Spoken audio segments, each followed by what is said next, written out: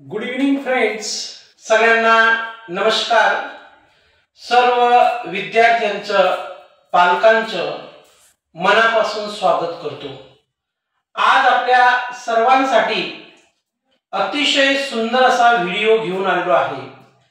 तो व्हिडिओ म्हणजे इयत्ता पहिली पासून तर 10वी पर्यंतच्या सर्व विद्यार्थ्यांना, तसेच 11वी आणि 12वी म्हणजे जे कॉमर्सला आहेत, जे सायन्सला आहेत, जे आर्ट्सला आहेत आणि 12वी नंतर जे विद्यार्थी असतील कॉलेजमध्ये जाणारे, महाविद्यालयामध्ये जाणारे किंवा स्पर्धा परीक्षेची तयारी करणारे, अशा सर्व विद्यार्थ्यांसाठी आजचा हा टॉपिक अतिशय महत्त्वपूर्ण ठरणार आहे.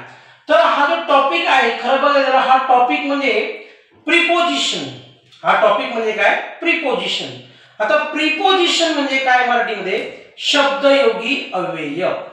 आता इंग्रजीचं तुम्ही जर कोणत्याही वर्गाचं टेक्स्टबुक घेतलं तर असं एकही इयत्तेचं किंवा वर्गाचं इंग्रजीचं टेक्स्टबुक नसेल की त्या पुस्तकामध्ये जी काही इंग्रजीची वाक्य आहेत की त्या इंग्रजीच्या वाक्यांमध्ये in, on, at, between, among असे वेगवेगळ्या प्रकारचे जे काही प्रीपोजिशन आहेत ते नसतीलच असं होऊ शकत नाही.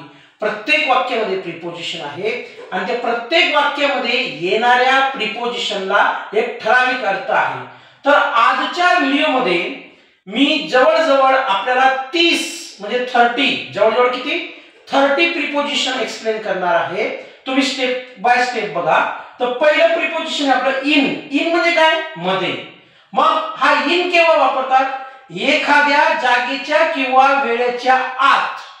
म्हणजे एखाद्या जागेविषयी किंवा वेळेचं वर्णन करायचं असेल तर त्या ठिकाणी इन हे प्रीपोजिशन वापरले जाते. वाक्य बघा, the book is in the bag म्हणजे पुस्तक बॅग मध्ये आहे. मग इन केव्हा वापरतात? एखादी वस्तू आत आहे. मग इथं पुस्तक कुठे आहे बघा, the book is in the bag, पुस्तक बॅग मध्ये म्हणजे बॅगच्या आत मध्ये आहे. दुसरं वाक्य बघा, आय वॉज बॉर्न इन 1990 म्हणजे मी 1990 मध्ये जन्माला आलो किंवा माझा 1990 मध्ये जन्म झाला. मग आपला जन्म केव्हा झाला ते दाखवण्यासाठी सुद्धा इन वापरतात. इथं दुसरं उदाहरण घेतलं आहे, आय वॉज बॉर्न इन 1990. तुम्ही तुमची जन्मतारीख टाकू शकता, तिथं चेंज करू शकतात. वरच्या वाक्यामध्ये पुस्तक कुठे? बॅगेत आहे. राईट. मग आपण असं म्हणू शकतो, pencils are in the box. Pencil कुठे? बॉक्स मध्ये. अशा प्रकारचे सुद्धा वाक्य घेऊ शकतो आपण. त्याच्यानंतर बघा, हा जो ऑन आहे, व्हेरी गुड, हा जो ऑन आहे, ऑन, तो ऑनचा अर्थ होतो वर. मग याचा अर्थ काय होतो? कुठे वापरतात हा ऑन? एखाद्या पृष्ठभागावर किंवा विशिष्ट दिवशी. आता वाक्य बघा, पृष्ठभाग म्हणजे काय तर त्याच्या वाक्यावरून तुम्हाला समजेल. इकडे लक्ष द्या. The cat is sitting on the table. The cat is sitting on the table. मांजर टेबलावर बसलेली आहे. मांजर टेबलावर बसलेली आहे. मग हा टेबल आहे असं लक्षात घ्या. हा माझा जो हात आहे का, हा टेबल आहे आणि या टेबलावर काय बसलेली आहे? मांजर बसलेली आहे. म्हणजे टेबलाचा हा पृष्ठभाग आणि मांजरीचं बॉडी म्हणजे मांजरची बॉडी, मांजरचं जे काही शरीर आहे दोघांमध्ये टच आहे. काय आहे? टच. टच म्हणजे काय? स्पर्श. मग तो स्पर्श जो असतो म्हणजे खालच्या वस्तूच्या आणि त्या वस्तूवर जे काही वस्तू ठेवलेली आहे म्हणजे ह्या वस्तूचा पृष्ठभाग त्या वरच्या वस्तूला टच करत असतो. म्हणून बघा, the cat is sitting on the table. आपण असं म्हणू शकतो, my books are on the table. My books are on the chairs. तर अशा पद्धतीची छोटी मोठी वाक्य आपण म्हणू शकतो. त्यानंतर बघा, I will see you on Monday. म्हणजे आपल्याला एखादी तारीख दाखवायची असेल, एखाद्या दिवसाचे वर्णन करायचं असेल है ना, तर ती तारीख दाखवण्यासाठी किंवा दिवस त्याचे वर्णन करण्यासाठी ऑन वापरतात. बघा इथं वाक्य, I will see you on Monday म्हणजेच काय? मी तुला मंगळवारी भेटणार. याचा अर्थ असा लावू नका इथं की I will see you on Monday, मी तुम्हाला सोमवारी बघणार है ना. तर I will see you on Monday म्हणजे मी तुला सोमवारी भेटणार. म्हणजे ऑन मंडेच्या जागेवर तुम्ही ऑन संडे करू शकतात, ऑन ट्यूजडे करू शकतात, ऑन वेन्सडे करू शकतात. राईट. त्याच्यानंतर बघा ऍट. तर ऍट चा अर्थ काय? ठिकाणी. मग ऍट म्हणजे काय? जागा. ठिकाण म्हणजे काय? प्लेस है ना. तर बघू, एका विशिष्ट ठिकाणी किंवा वेळेला म्हणजे वेळ दर्शवण्यासाठी किंवा जागा दर्शवण्यासाठी, म्हणजे जागा दर्शवण्यासाठी आणि वेळ दर्शवण्यासाठी ऍटचा वापर करतात. बघा वाक्य बघा, आय एम ऍट होम. तू कुठं आहे? घरी आहे. मग घर काय आहे हो? ठिकाण आहे. घर काय आहे? जागा आहे. मग इथं वाक्य काय आहे? I am at home. तुम्ही असं पण म्हणू शकतात, I am at school, I am at bungalow, I am at party, म्हणजे पार्टीच्या जागेवर असेल, है ना. अशा प्रकारची वाक्य. त्यानंतर the meeting is at 2 PM. म्हणजे जेव्हा वेळ आपण दाखवतो ना, तर त्या वेळेचं वर्णन करण्यासाठी किंवा ती वेळ निश्चित करण्यासाठी किंवा वेळेच्या संदर्भात आपण ऍट वापरू शकतो. कसं बघा, the meeting is at 2 PM. म्हणजे मीटिंग केव्हा आहे? बैठक केव्हा आहे? 2 वाजेला आहे. मग तुम्ही इथं 2 PM च्या जागी 3 PM करा, 4 PM करा, राईट, 1 PM करा, तुम्हाला पटेल ते करा. म्हणजे वेळ दाखवण्यासाठी सुद्धा याचा वापर केला जातो. त्याच्यानंतर बघा, फॉर कुठं वापरतात? फॉर म्हणजे काय? साठी. तर फॉरचा मराठी अर्थ काय? म्हणजे कोणत्या अर्थाने फॉर वापरतात? एखाद्या हेतूसाठी किंवा दिशेने. म्हणजे आपला एखादा उद्देश असेल, हेतू असेल, तर तो हेतू किंवा उद्देश दाखवण्यासाठी फॉरचा वापर करतात. वाक्यरचना बघा, वाक्यावर मी तुम्हाला एक्सप्लेन करतो. वाक्य काय बघा, दिस गिफ्ट इज फॉर यू. म्हणजे हे जे बक्षीस आहे का, हे जे गिफ्ट आहे का, हे तुझ्यासाठी आहे. Right.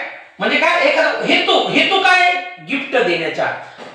This gift is for you. आपण असं म्हणू शकतो, this book is for you, this apple is for you, this toy is for you, this ball is for you. आपण वेगवेगळ्या प्रकारची वाक्य म्हणू शकतो. त्याच्यानंतर we are living for Mumbai.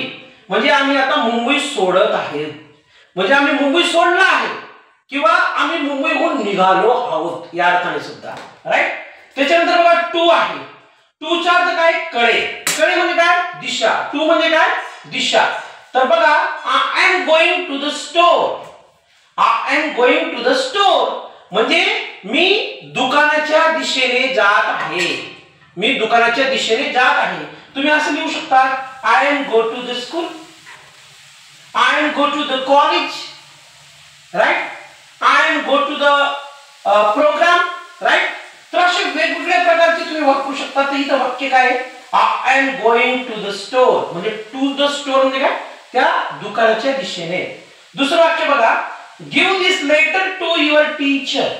Give this letter to your teacher म्हणजे हे जे पत्र आहे हे तुझ्या शिक्षकांना दे. म्हणजे ते पत्र देण्यासाठी कोणाच्या दिशेने जावं लागेल? शिक्षकाच्या दिशेने जावं लागेल किंवा शिक्षकाकडे जावं लागेल. त्याच्यानंतर बघा, फ्रॉम. आता फ्रॉम म्हणजे काय? पासून. फ्रॉम म्हणजे काय? पासून. तर फ्रॉमचा अर्थ काय बघा, फ्रॉम कुठे वापरतात? एखाद्या ठिकाणाहून किंवा वेळेपासून. वाक्य काय बघा, आय एम फ्रॉम इंडिया. मला जर विचारलं तुम्ही कुठून आलात, मी सांगेन I am from India, I am from Indonesia, I am from Khandesh, I am from Marathwada, right, I am from Hyderabad, I am from Beed. By this way we can use different sentences. फक्त अर्थ बदलला नाही पाहिजे, त्याचा सेन्स नाही बदलला पाहिजे. दुसरं वाक्य बघा, the store is open from. The store is open from 9 AM to 5 PM. म्हणजे हे जे दुकान आहे का, हे दररोज 9 वाजेपासून तर 5 वाजेपर्यंत काय असतं? ओपन असतं, उघडं असतं. कुणासाठी असतं? कस्टमर साठी. राईट. म्हणजे इथं वेळ पण दाखवलेली वेळेसाठी, म्हणजे 9 वाजेपासून तर 5 वाजेपर्यंत. आणि वरच्या वाक्यामध्ये काय? तुम्ही कुठून आहात त्या अर्थाने. राईट. त्याच्यानंतर बघा, विथ. विथ म्हणजे काय? सोबत. विथ म्हणजे काय? सोबत.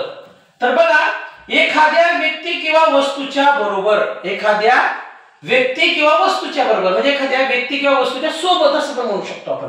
वाक्य काय बघा, I am going with my friends.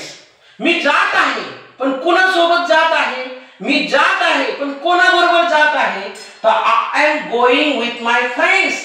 मी माझ्या मित्रांसोबत जात आहे.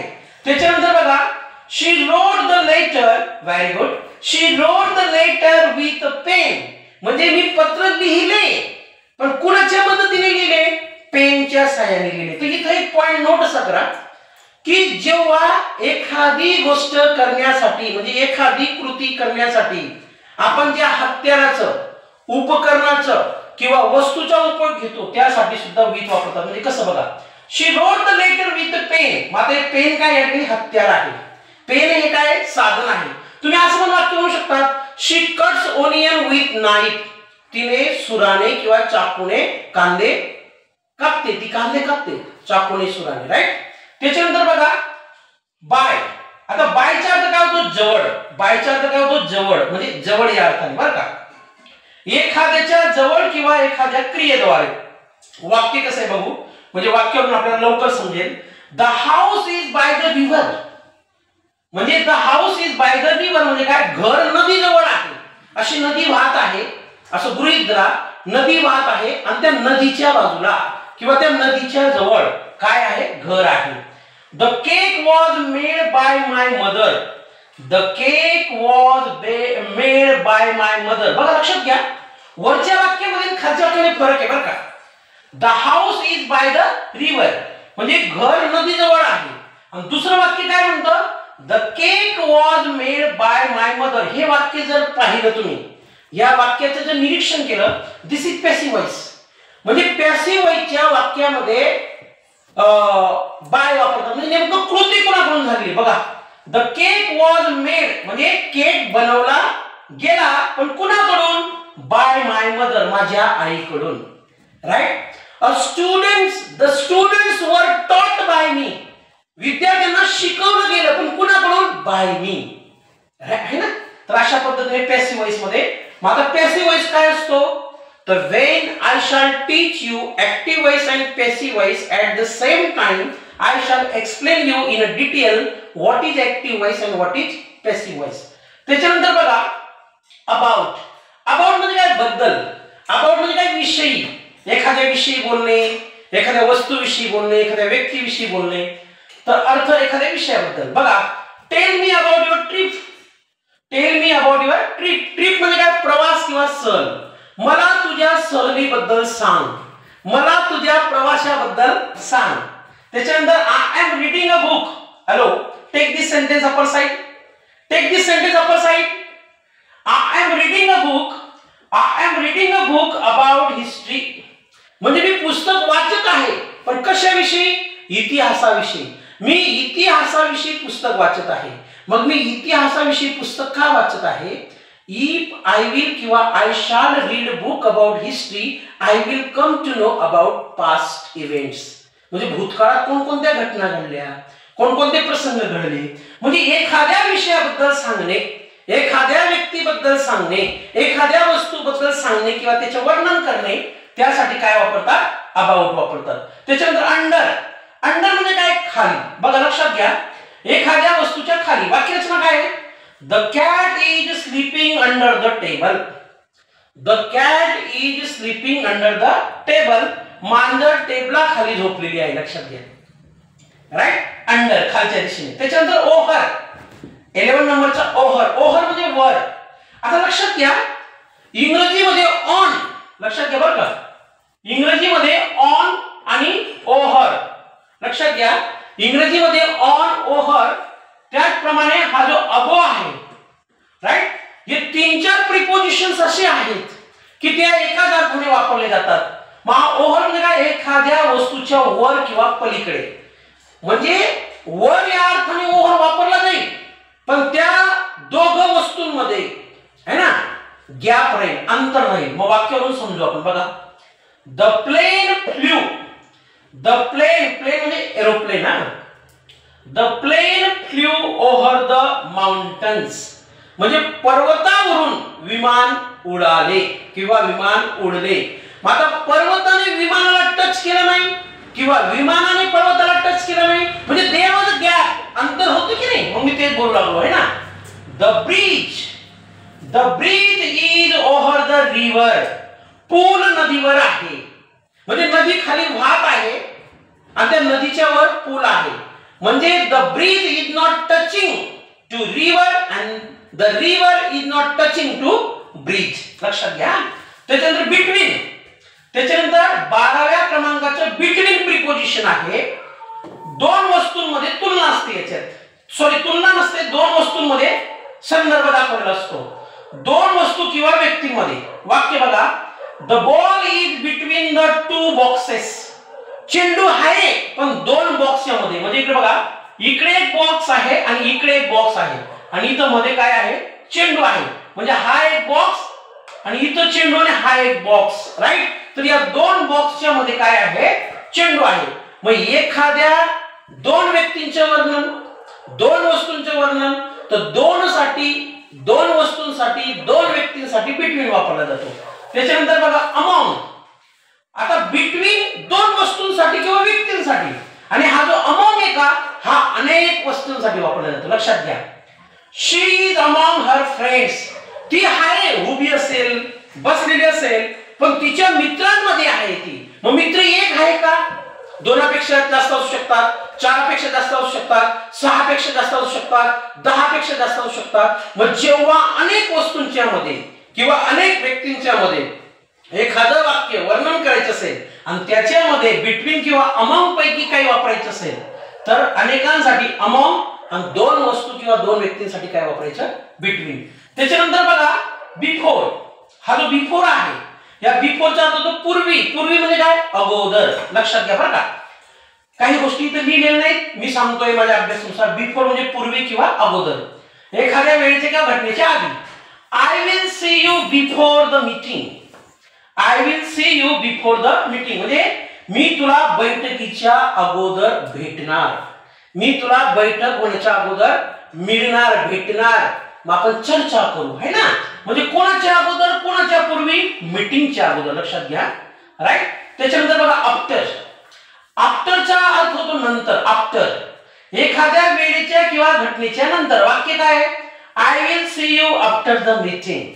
मी तुला मीटिंग नंतर काय भेटणार, मी मीटिंग नंतर तुम्हाला भेटणार, मी मीटिंग नंतर तुम्हाला मिळणार, मी मीटिंग नंतर तुमच्याशी चर्चा करणार, पण आता मला वेळ नाहीये, है ना. नंतर थ्रू. हा जो आहे का थ्रू, 16 नंबर. थ्रू म्हणजे मधून, च्या मधून. थ्रू म्हणजे काय, मधून किंवा च्या मधून, एका बाजूने दुसऱ्या बाजूला, हा म्हणजे मधून जाणे. The train went through the tunnel, right. The train went through the tunnel म्हणजे रेल्वे बोगद्यातून गेली. म्हणजे बोगदा बघा, ही रेल्वे आहे, राईट. ही रेल्वे आहे, ही रेल्वे इथून सुरू झाली, बोगदा इथं आहे, तर या बोगद्याच्या मधून रेल्वे तिकडे बाहेर निघाली. Are you getting. त्याच्यानंतर बघा ड्युरिंग. हा ड्युरिंग म्हणजे काय, दरम्यान. ड्युरिंग म्हणजे काय, दरम्यान, एखाद्या कालावधीत. I slept. Try to listen to what I say. I slept during the movie म्हणजे काय, चित्रपट चालू असेल आणि चित्रपटाच्या दरम्यान, म्हणजे चित्रपट बघता बघता माझे डोळे लागले, मला झोप आली, असं अर्थ आहे. त्याच्यानंतर बघा सिन्स. सिन्स म्हणजे काय, पासून, है ना. एका विशिष्ट वेळेपासून, म्हणजे या ठिकाणी वेळ काय असते, निश्चित असते, फिक्स असते, है ना. आय हॅव बीन लिव्हिंग, व्यवस्थित आहे का बरं का. I have been living here since 2010. मी येथे 2010 पासून राहत आलेलो आहे. आणि एक गोष्ट सांगतो मी तुम्हाला इथे, ट्रिक्स म्हणा किंवा नियमानुसार सांगतो, ट्रिक्स नाही पण नियमानुसार सांगतो. लक्षात घ्या बरं का, हा जो सिन्स आहे का, सिन्स, हा सिन्स नेहमी प्रेझेंट कंटिन्युअस परफेक्ट टेन्स मध्ये वापरला जातो. पूर्ण अपूर्ण वर्तमान काळ किंवा चालू पूर्ण वर्तमान काळ. अजून तुम्हाला त्याचे वाक्य पाहिजे असेल, कोणकोणत्या काळात अशी रचना असते, तर you can go in detail, no problem. Until बघा, अंटिलचा अर्थ काय होतो, पर्यंत, एका विशिष्ट वेळेपर्यंत. I will wait until you come back. तू परत येईपर्यंत मी तुझी वाट बघणार. येईपर्यंत बघा, पर्यंत. I will wait until you come back. तू येईपर्यंत मी तुझी वाट बघणार.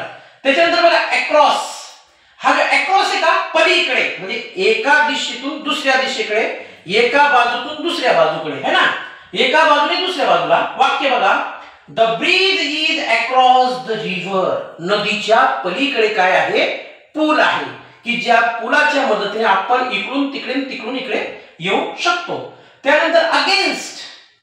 अगेन्स्ट म्हणजे काय, विरुद्ध. दोन गोष्टी, दोन वस्तू एकमेकांच्या विरुद्ध, right. I am against this idea.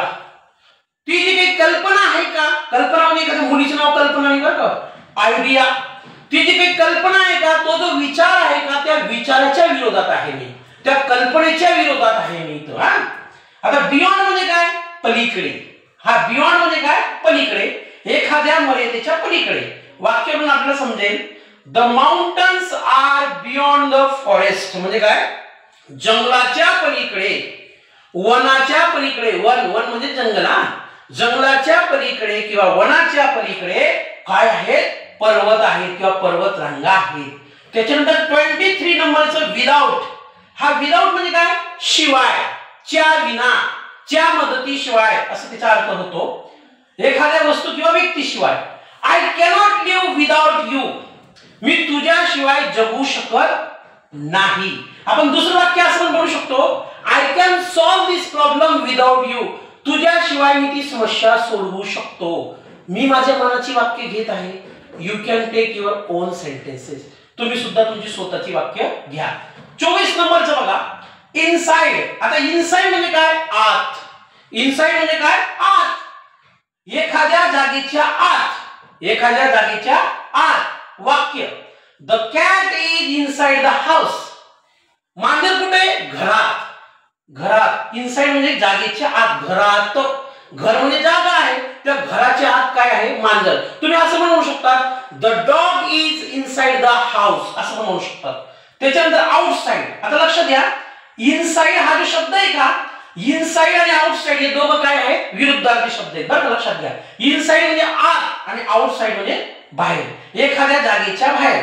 The dog is outside the house, कुत्रा घराच्या बाहेर आहे.